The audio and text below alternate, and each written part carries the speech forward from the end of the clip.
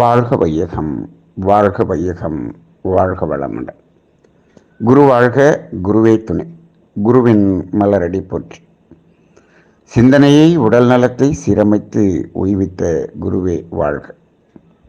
தியானமே யோகம், யோகமே ஞானம். இன்றைய சிந்தனை காயகல்பத்தின் மகிமை. காயகல்பம் என்பது சித்தர்களினுடைய ஒரு அரிய கலையாக இருந்து வந்தது. நமது உலகிலேயே நமது இந்திய நாட்டின் தென்பகுதியில் வாழ்ந்த சித்தர்கள், அவர்களுடைய ஆய்வுகள் அனைத்தும் இந்த உடலுக்குள்ளாக இருக்கக்கூடிய உயிரின் படற்கை நிலையாகிய மனம், அந்த உயிரின் மூலமாகிய தெய்வம், இந்த அடிப்படையை கொண்டுதான் அவர்கள் தெய்வ நிலையை உணர்ந்தார்கள். அதன் அடிப்படையில் அவர்களது ஆய்வுகளை செய்து கொண்டிருக்கும் பொழுது இந்த உடலுக்குள்ளாக இருக்கக்கூடிய உயிர், இவற்றிற்கான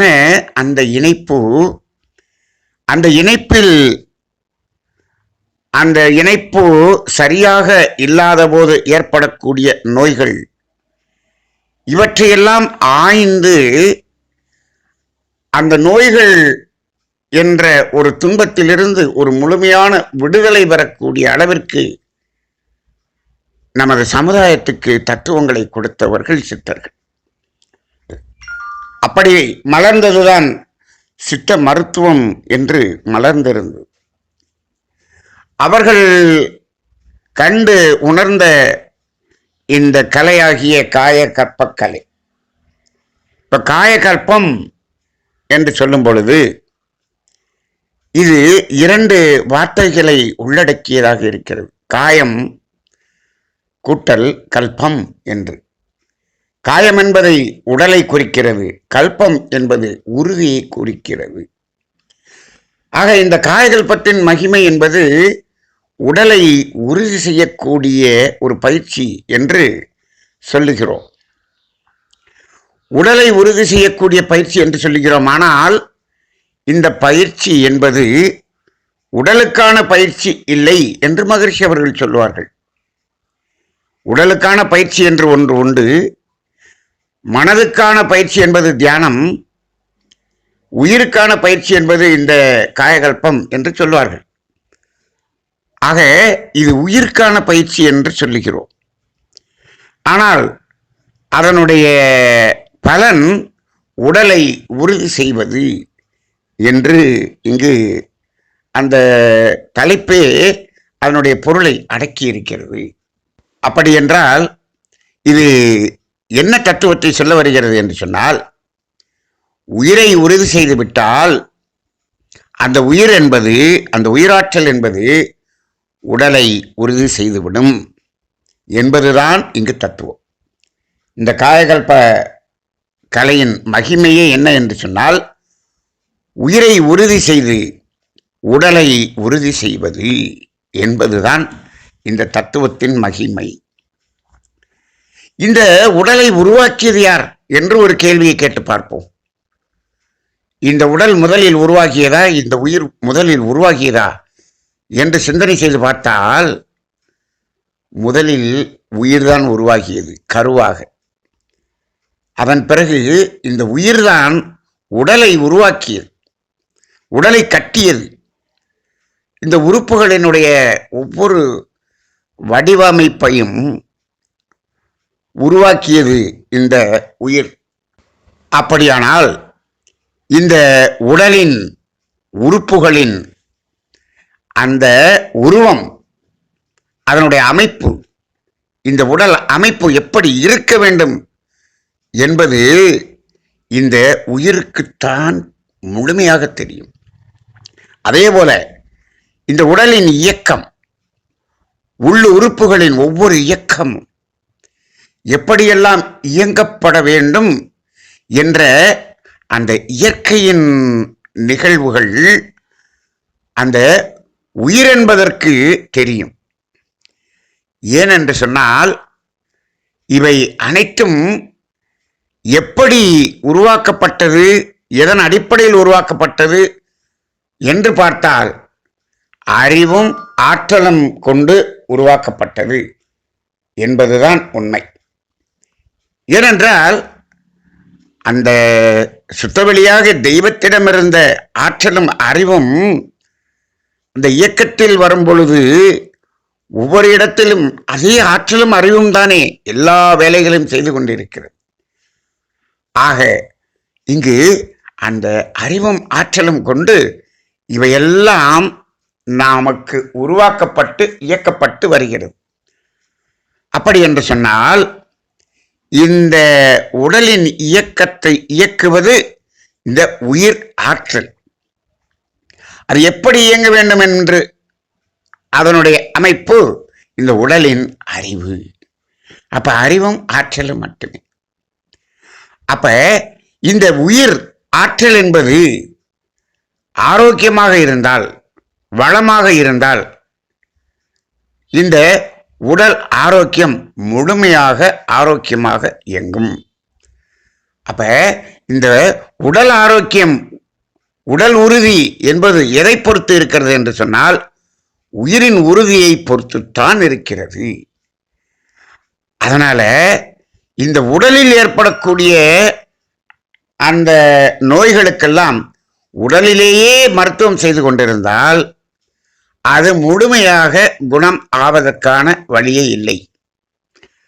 அதை நாம் என்ன செய்கிறோம்? விஞ்ஞான மருத்துவத்தின் மூலமாக அதை அவ்வப்போது சரி செய்வது போல நாம் செய்து கொண்டிருக்கிறோம். மீண்டும் மீண்டும் அந்த நோய்த்தன்மை வெளிப்பட்டு கொண்டே இருப்பதை பார்க்கிறோம். அப்ப அந்த அடிப்படையிலே இந்த உயிர் ஆற்றல் உறுதி குறைந்ததினால்தான் உடலில் நோய் என்பதே வருகிறது. அப்ப இந்த உடலின் நோய்களுக்கெல்லாம் மூலம் உயிராற்றலினுடைய அந்த பற்றாக்குறை அல்லது உயிராற்றலில் ஏற்படக்கூடிய ஒரு குறைபாடு என்றுதான் நாம் சொல்ல வேண்டும். அப்ப இப்ப இந்த உயிரை உறுதி செய்து விட்டால் அந்த உயிர் எல்லா உறுப்புகளையும், எல்லா உறுப்புகளின் இயக்கத்தையும் அது உறுதி செய்துவிடும். அப்படி என்று சொன்னால் ஒவ்வொரு உறுப்புக்கும் தனித்தனியாக மருத்துவம் அப்படி அல்ல. உயிரை உறுதி செய்தால் போதும், அது உடல் முழுவதையும் உறுதி செய்துவிடும், உடலை ஆரோக்கியமாக வைத்துவிடும். இது ஒரு புறம். இன்னொன்று என்ன என்றால் இந்த உயிரின் படர்க்கை நிலையாகத்தானே மனம் இருக்கிறது. மனம் என்பது தனியாக ஒன்று இல்லை. இந்த உயிர் தானே படர்க்கை நிலையில் மனமாக இயங்கிக் கொண்டிருக்கிறது. அப்படி என்று சொன்னால் இந்த மனதில் ஏற்படக்கூடிய எந்த குறைபாடாக இருந்தாலும் அது உயிரின் குறைபாடாகத்தான் பார்க்க முடியும். மனம் இப்பொழுது மனமே சரியில்லை என்று சொன்னால் அங்கு உயிரின் உறுதி சரியில்லை என்று அர்த்தம். உயிராற்றல் குறை நிலையில் இருக்கிறது என்று சொன்னால் அங்கு மனம் குறை நிலையில் இருக்கத்தான் செய்யும். ஏனென்று சொன்னால் உயிர்தான் மனமாக மாறுகிறது. அப்ப உயிரை உறுதி செய்யும் பொழுது மனம் சார்ந்த பிரச்சனைகள் அனைத்தும் சரி செய்யப்படுகிறது. மனதில் இருக்கக்கூடிய உணர்வுகள், குழப்பங்கள் அனைத்தும் சரி செய்யப்படுகிறது. அதனால்தான் இது மாணவர்களுக்கு மிக மிக அவசியமான ஒன்றாக மகரிஷி அவர்கள் கூறுவார்கள். கல்வி பயிலும் மாணவர்களுக்கு அந்த மனதின் திறன், ஞாபக சக்தி, அந்த பாடங்களை ஏற்கும் திறன், உணர்ந்து கொள்ளும் திறன், அதை தக்க வைக்கும் திறன், அதை வெளிப்படுத்தும் திறன், இவையெல்லாம் மனதினுடைய திறன். அதை வைத்துத்தானே அவன் கல்வி என்பதில் மேம்பாடு அடைகிறான். அப்படி என்று சொன்னால் இந்த உயிர் உறுதியாக இருந்தால்தானே அவன் அந்த கல்வி நிலையில் உயர்வடைய முடியும். ஆக இது மாணவர்களுக்கு மிக மிக அவசியமானதாக இருக்கிறது. இன்னும் சொல்ல போனால் அந்த மாணவ பருவம் என்பது உடல் அளவில் ஓடி ஆடி விளையாடக்கூடிய அந்த உடலுக்கான ஆற்றலையும் அதிகமாக செலவு செய்யக்கூடிய ஒரு பருவம். அந்த காலத்தில் இந்த உயிராற்றல் உறுதியாக இருக்கும் பொழுதுதான் அந்த உடல் ஆரோக்கியமும் மன ஆரோக்கியமும் பாதுகாக்கப்படும். ஆக இந்த காயகல்பத்தின் மகிமை என்பது இந்த ஒரே ஒரு உயிர் என்ற ஆற்றலை உறுதி செய்து உடலின் ஆரோக்கியத்தையும் மனதின் ஆரோக்கியத்தையும் மேம்படுத்துவது. ஒரு கல்லில் 2 மாங்கான்னு சொல்லுவாங்க. அப்படி இந்த உயிரை உறுதி செய்வதற்கு மிகவும் முக்கியமாக இருக்கக்கூடிய ஒரு இடம் விந்துநாதம் என்று சொல்லக்கூடிய ஒரு அமைப்பு.